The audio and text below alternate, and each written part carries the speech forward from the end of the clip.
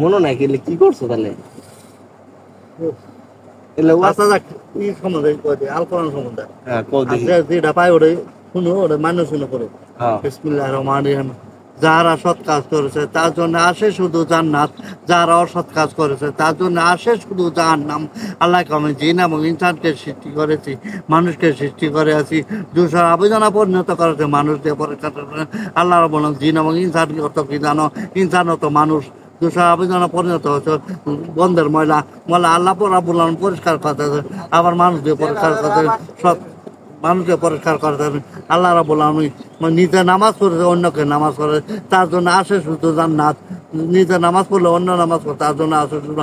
যদি কোনো ব্যক্তি অসুস্থ হয়ে পড়ে, যদি কোনো ব্যক্তি টাকা না দিতে পারে, তুমি যদি হজ করো বা মাথাটা সুতায় দাও, তার জন্য আসে শুধু জান্নাত। কোনো ব্যক্তি ভার নিয়ে যাইতে যদি উষ্টা খায় পড়ে, ওই ভারটা যদি তুমি নিজে নিয়ে যাইতে পারো, অন্যের কল্যাণ তাকে বলে অন্যের কল্যাণ, সেও জান্নাত। কও সুবহানাল্লাহ। অনেক সুন্দর কথা। এলে তো ওয়াজ তাহলে তোমার কেনা হয়ে গেছি।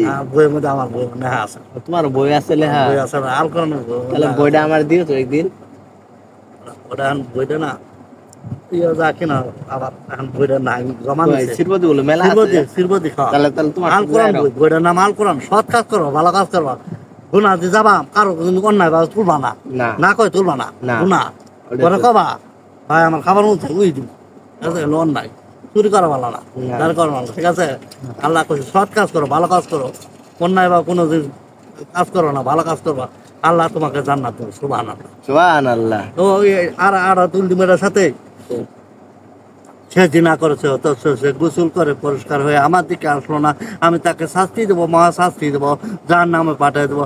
আর যদি আমার দিকে আসে, আমি তাহলে নামাজের দিকে আসে, আমি তাহলে তাকে শাস্তি মাফ করে জান্নাতে মুখ। সুবহানাল্লাহ। এখানে তুলো। আচ্ছা, অনেক সুন্দর বলছো তুমি।